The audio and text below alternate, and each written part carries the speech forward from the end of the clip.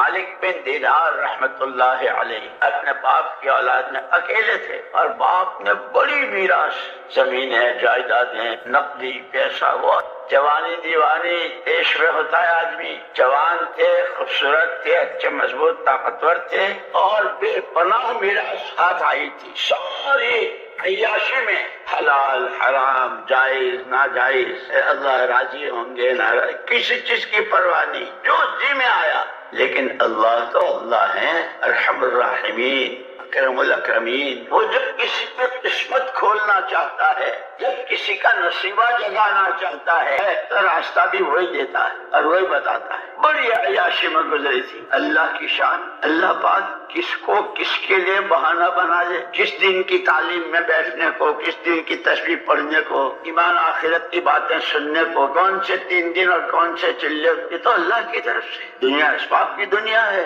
جیسے تمام چیزوں کے لیے اللہ نے اسباب دیے ہیں، آدمی کی آخرت کیسے بنے اس کے لیے بھی اللہ نے یہ اسباب دیے۔ یہ نبوت کی تعلیمات، نبیوں والی تعلیم، یہ آسمانی کتابیں، یہ قرآن کریم، اور حضور پاک صلی اللہ علیہ وسلم کے بارے میں تو خود اللہ نے فرما دیا لقد من اللہ علی المؤمنین، سب سے بڑا احسان اللہ نے ایمان والوں پر کیا ہے، اذ بعث فیہم رسولا من انفسہم، انہی میں سے پیغمبر برحق کو بھیجا، اور کیا دے کر بھیجا، یتلو علیہم آیاتہ ویزکیہم ویعلمہم الکتاب والحکمہ، یہ آخرت کے بننے کا سامان ہے۔ جیسے بھوک میں کھانے کے لیے روٹی سالن سامان ہوتے ہیں نا، پیاس کے لیے شربت بھی ہوتے ہیں، پانی بھی ہوتے ہیں، یہ آخرت بننے کا سامان، ایمان کی دعوت، دلوں کی صفائی پاکی، اور دین کا سیکھنا سکھانا، یہاں سے ابتدا، یہ دے کر بھیجا، خالی ہاتھ نہیں، اسی لیے آپ نے کہا یوں ہی چھوڑ کے نہیں جا رہا ہوں، جس میں تمہاری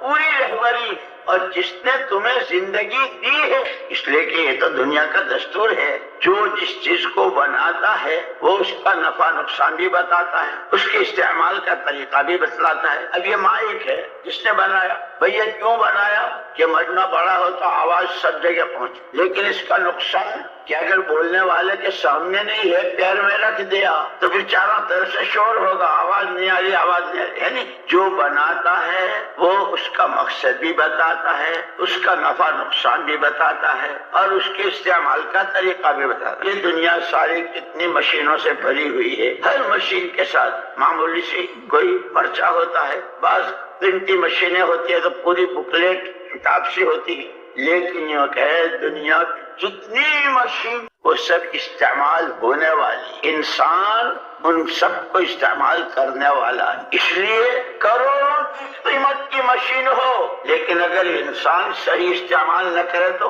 کروڑوں کے حساب کا نقصان۔ اس لیے اصل مسئلہ ہے انسان کے استعمال کا، کہ اس کا استعمال صحیح ہو جائے، اس کی زبانوں کے بول، اس کے آنکھوں کا دیکھنا، اس کے ہاتھوں پیروں کا استعمال، اس کی کمائی، اس کے لقمے، اس کے کپڑے، اس کی شادیاں، اس کا اندھیرا، اس کا اجالا، اس سب کے لیے اللہ نے قرآن دے دی۔ جیسے مشینوں کے لیے بکلیٹیں ہوتی ہے، اس پرزے کو اس کے ساتھ، اس پرزے کو اس کے ساتھ، اس کو یوں دباؤ، اس کو یوں اٹھاؤ، کہ اگر یہ انسان سر سے پیر تک کے اعلیٰ پر، جذبات اور خیالات اور فکروں پر 24 گھنٹے کی زندگی کے جتنے شعبے ہیں، کھانا، کمانا، پہننا، اوڑھنا، شادی، بیاہ، سواری، غم، خوشی، اندھیرا، اجالا، دینی زندگی کے شعبے، عقیدہ، عبادت، معاملات، معاشرت، اخلاق و عادات، قرآن کریم اور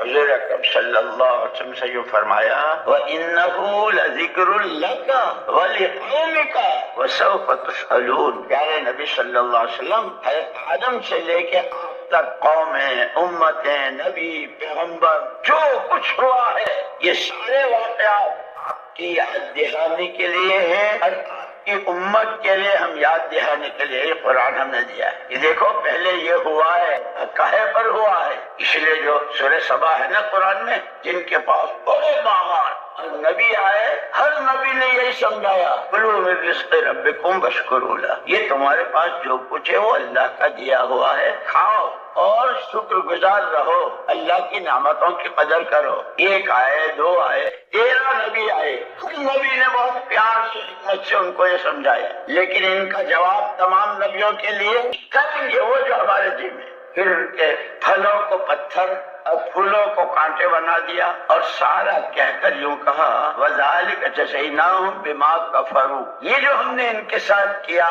یہ ان کی ناشکری میں اور ہماری دی ہوئی نعمتوں کی ناقدری میں۔ اور آگے سن لو ذَلِكَ جَزَيْنَاهُمْ بِمَا كَفَرُوا وَهَلْ نُجَازِي إِلَّا الْكَفُورَ، یہ دستور اور یہ ضابطہ یہ قانون ہمارا قیامت تک رہے گا۔